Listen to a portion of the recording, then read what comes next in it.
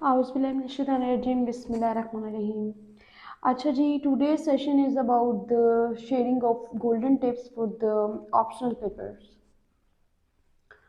अच्छा जी, सब compulsory subject के लिए जो है पास होना बहुत ज़रूरी है, जबकि ऑप्शनल सब्जेक्ट में स्कोर बहुत इम्पॉर्टेंट है।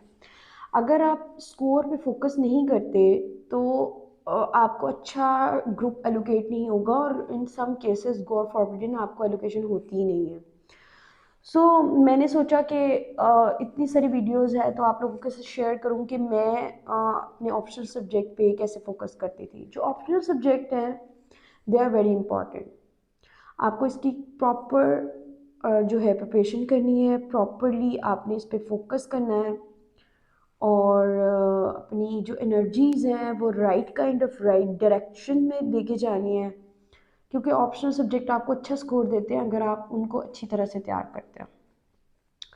कुछ मैं आप लोगों के साथ टिप्स शेयर करूँगी ऑप्शनल सब्जेक्ट से रिलेटेड। ऑप्शनल सब्जेक्ट बहुत इंपॉर्टेंट होते हैं, आपको इस पर ज़्यादा फोकस करना। पहली चीज़, ऐसा सब्जेक्ट चूज़ करना है जिसमें आपका इंटरेस्ट हो। ये नहीं कि मिस्टर ए बी सी ने कह दिया कि मैंने ये वाला सब्जेक्ट रखना है और रख दिया, मैंने कह दिया, किसी और ने कह दिया, किसी और मेंटोर ने कह दिया। जब तक कोई सब्जेक्ट आपके अपने इंटरेस्ट का नहीं होगा कोई फ़ायदा नहीं, यूज़लेस। क्योंकि आप एक वक्त, एक दिन, 2 दिन, 1 महीना, 2 महीने, 3 महीने आप किसी के कहने पे एक सब्जेक्ट में इंटरेस्ट डेवलप करने की कोशिश करेंगे, लेकिन वो नहीं होगा तो अल्टीमेटली आपके लिए मुश्किल होगा उसको कैरी करना, फिर उसकी अंडरस्टैंडिंग में उसको कि आप सिर्फ ये नहीं होता कि आप एक सब्जेक्ट को पिक करना, उसके साथ कंसिस्टेंसी शो करना, उसमें अच्छे मार्क्स लेना, उसके अंदर डीप में जाना। बिकॉज शैलो नॉलेज की कोई वैल्यू नहीं है, आपको you have to go deep down, उसकी अंडरस्टैंडिंग, उसकी रूट्स में जाना अंडरस्टैंडिंग के लिए। ऐसे सब्जेक्ट लें जिसमें आपका इंटरेस्ट हो। फॉर इंस्टेंस, मैंने किसी के कहने पे उन्होंने कहा इस्लामिक स्टडीज़ आपका ओवरलैपिंग होगा, आप रख लो मुस्लिम लॉ। मैंने रख लिया, रिजल्ट मेरे सामने है। एक चीज़ में मेरा इंटरेस्ट ही नहीं है, मैं उसको जितनी मर्ज़ी कि अच्छा स्कोर है, अच्छी वो है, मैं रख लेती हूँ। Ultimately you are nowhere. So दूसरी चीज़ है अंडरस्टैंड द सिलेबस। आपने मुझसे ये कहते हुए काफ़ी दफ़ा सुना होगा कि पास पेपर कर लें। जी बिल्कुल, मैं कहती हूँ पास पेपर कर दें, बट इसका ये मतलब नहीं कि आप सिलेबस ही ना तैयार करो।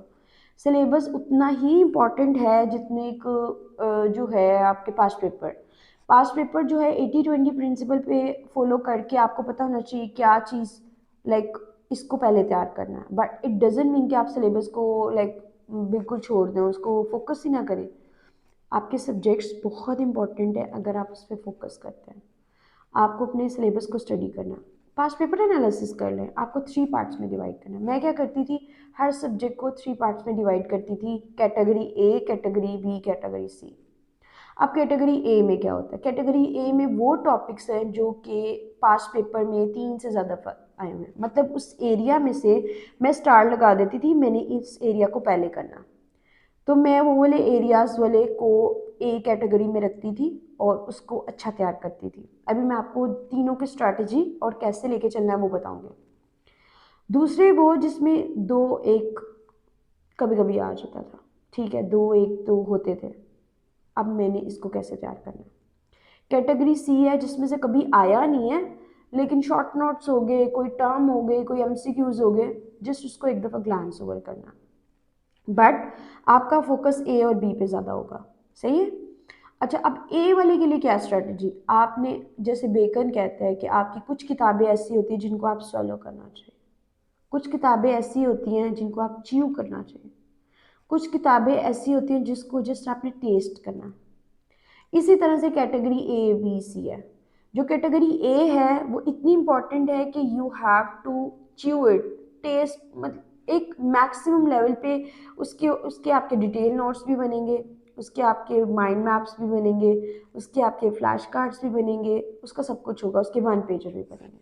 जो कैटेगरी बी है उसमें just 1 pager, that would be sufficient. जो कैटेगरी सी है उसमें just MCQs, flash cards, that would be sufficient. No need to like, अपना फोकस देखना है आपने। अननेसेसरी चीज़ों पे फोकस नहीं करना।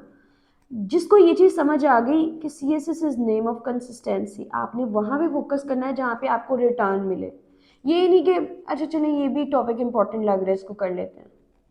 3 से 4 किताबें कंसल्ट करें, एक दो उसमें से गाइड बुक हो सकती हैं और एक दो रिकमेंडेड।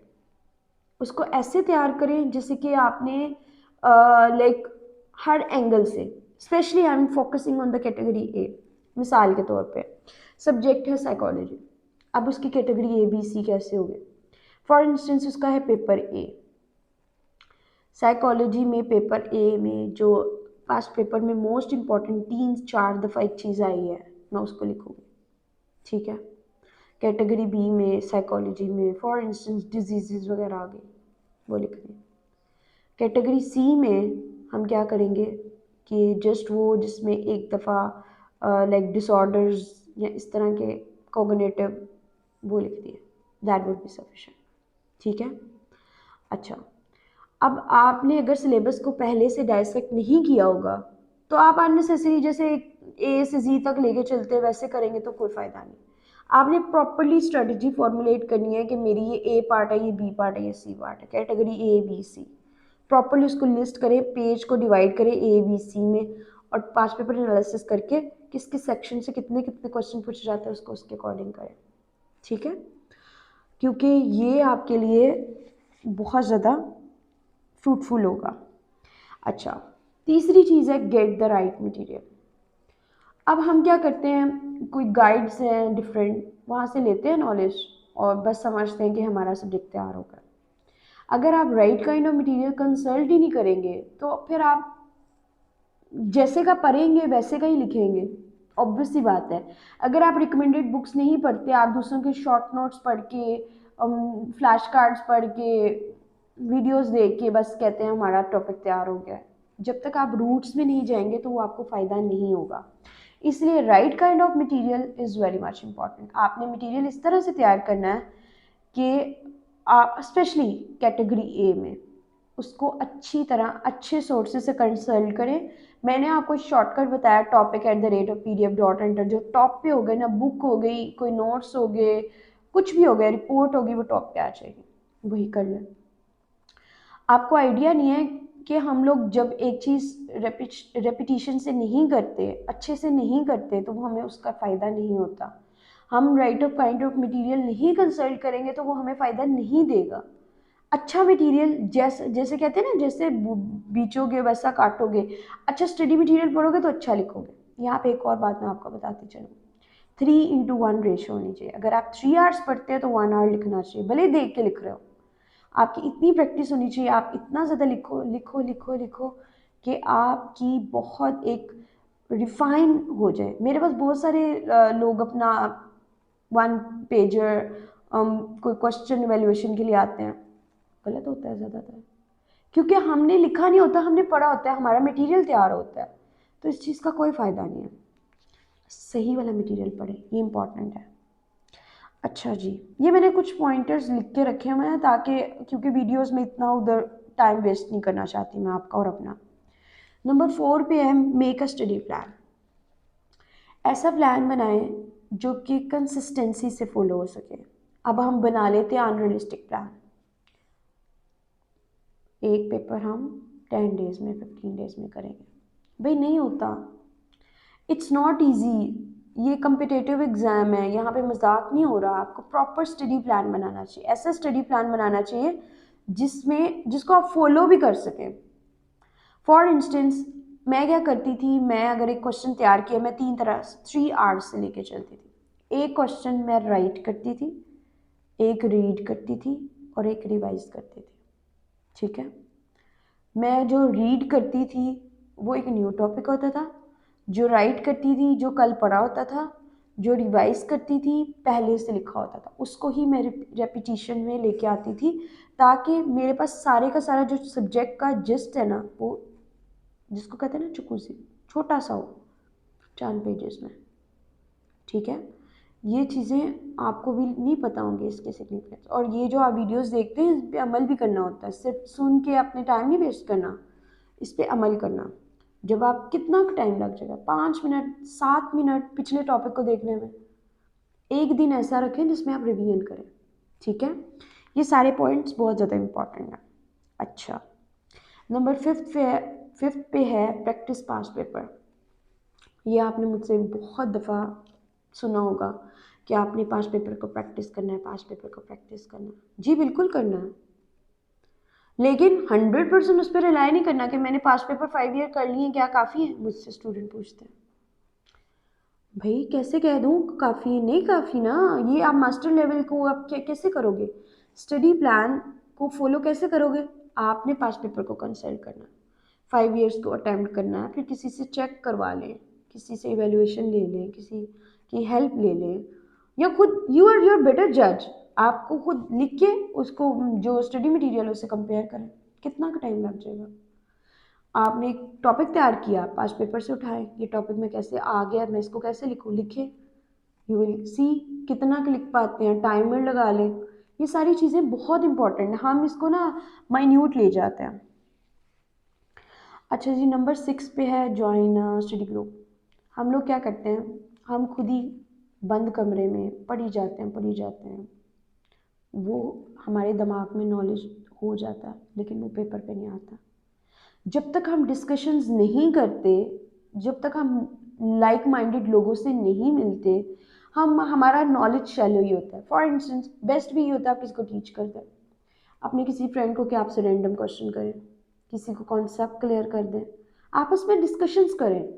फॉर इंस्टेंस मेरे 2-3 सब्जेक्ट मेरी एक फ्रेंड के साथ थे, तो हम बैठ के डिस्कशन करते थे। ये नहीं कि पहले डिस्कशन करने बैठ गए, आपने अपनी तरफ से 100% दे दिया, उसके बाद डिस्कशन करनी है कि मेरा ये टेक है, क्या ये यही है जो जैसे मैं सोच रही हूँ, फिर आपकी डिस्कशन का फ़ायदा होगा। सिर्फ ज़ुबानी कलामी चिट चैट पार्टी से कोई फ़ायदा नहीं है आपको। तो ऐसे स्टडी ग्रुप ज्वाइन करें जो कि आपको हेल्पफुल हो। ये नहीं कि प्रमोशन के लिए जो व्हाट्सएप ग्रुप चल रहे होते हैं वो, मैं तो इन चीज़ों से बहुत डिस्करेज, लाइक मैं नहीं कहती किसी को भी फॉलो करें। इसी तरह से सीख, नंबर 7 पे है सीख guidance from subject specialist. For instance अगर आप मुझसे पूछते हैं मैं आपको जीएसए में हेल्प करूं, तो आई कांट। एक चीज़ मेरा है ही नहीं subject, how I can help you. Subject specialist के पास जाया करें। हाँ, आप मुझसे जेंडर स्टडीज़ पूछेंगे मैं आपकी हेल्प करूँगी, आप मुझसे साइकोलॉजी पूछेंगे मैं आपकी हेल्प करूँगी, जर्नलिज्म पूछेंगे आपकी हेल्प करूँगी। बट एक चीज़ जिसमें मेरी खुद की एक्सपर्टीज़ नहीं, मुझसे उर्दू पूछेंगे मैं नहीं करूँगी, क्या बताऊँ उसमें। एक चीज़ जिसमें मेरी एक्सपर्टीज़ नहीं है, मैं आपको बता भी दूँ फॉर द टाइम बीइंग, तो वो उसका कोई फ़ायदा नहीं, इट्स यूजलेस फ्यूटाइल एक्सरसाइज। हमेशा सब्जेक्ट स्पेशलिस्ट को कंसल्ट कर। हाँ, मेरे पास ऐसे के लिए आए तो उसमें मुझे लगता है कि मैंने कुछ 6 साल पढ़ाया है और वैसे भी 2 दफ़ा बहुत अच्छे मार्क्स लिए हैं, टॉप स्कोरिंग मार्क्स लिए हैं, तो उसमें मैं आपकी हेल्प कर सकती हूँ, जेंडर स्टडीज, सोशियोलॉजी। बट ये कोई अदर सब्जेक्ट आई कांट। मेरे पास लोग आते हैं हमें कहते हैं गाइड कर दें, हमारे पास कोई और मेंटोर नहीं है, आप हेल्प कर दें, तो मैं उन्हें कैटेगोरिकली कह देती हूँ नो। क्योंकि मैं सिंसियर हूँ आप लोगों के साथ, मैं नहीं चाहती आप लोगों का टाइम वेस्ट हो अननेसेसरी स्टफ पे, सही बंदों के पास जाए आप। अच्छा जी, इसके बाद आ जाता है revise regularly. I can't emphasis more on this point, revision is very much important. अगर हम एक चीज़ रिवाइज नहीं करते तो वो कहीं बैक हमारे माइंड में कहीं पड़ी हुई है, जितना मर्जी अच्छा नॉलेज हो। क्योंकि ह्यूमन साइकोलॉजी है, ह्यूमन मेमोरी है, हम पुरानी चीज़ों को भूल जाते हैं, नई चीज़ें एक्यूमुलेट करते हैं। अगर आप एक चीज़ की रिवीजन नहीं करेंगे, मैं क्या करती थी, मैंने अपने पूरे सिलेबस को फॉर इंस्टेंस 6 सब्जेक्ट को 6 पार्ट में डिवाइड किया। जब फर्स्ट पार्ट हो जाता था तो उसके बाद जो नेक्स्ट डे होता था उसमें रिवीजन करती थी पिछले वाले की। एंड लाइक 6 टाइम एक सब्जेक्ट की रिवीजन करें, कैसे नहीं होगा मुझे बताएं आप, रियलिस्टिकली बता रही हूँ। ये मैं सारी आपको जो बताती हूँ टेक्निक्स, ये मैंने खुद फॉलो की हैं तो आपको बताती हूँ। ये नहीं कि मुझे सोए पर एक ख्वाब आया और मैं आपको उठ के बताना शुरू कर दिया कि ये ऐसे है वैसे है, बिल्कुल भी नहीं। मैंने आपको रियलिस्टिकली बताई हैं चीज़ें। उसके बाद ये कि आप ऐसे के टॉपिक लें जो कि लूप में है, अपडेटेड है। ये नहीं कि एक टॉपिक आ ही नहीं रहा 5 सालों से, उसको करके उसमें आप पता नहीं क्या क्या उसमें करें, कोई फ़ायदा नहीं, यूज़लेस। ऐसे के टॉपिक करें जो क्या हेल्प करें आपको स्टे अपडेटेड। जैसे कि 5-6 ईयर्स के पेपर जिस बार बार आते हैं उनको देखें। और लास्ट पॉइंट है, जैसा भी है, स्टे कॉन्फिडेंट फोकस्ड। अपनी एनर्जीज को 10 लोगों को के साथ ना करें। लाइक एक एक चीज़ आपने एक बंदे से सीख लिया है, आप दूसरे बंदे के पास ले रहे, एक चैनल से ले ली, अब आप किसी और के पास। अगर आपकी एनर्जीज कंसोलिडेटेड नहीं होंगी, आपको कोई फ़ायदा नहीं। और जो भी कर रहे हैं, अगर आपने एक सब्जेक्ट अपनी तरफ से 100 गो में कर लिया है, stay confident, you will feel better. ठीक है, आज के लिए इतना ही। ये बहुत इंपॉर्टेंट टिप्स हैं ऑप्शनल सब्जेक्ट के लिए, इन पे फोकस करें, इनको फॉलो करें और मुझे फीडबैक दें। फ़ी अमान अल्लाह, अल्लाह हाफ़िज़, टेक केयर, सी यू।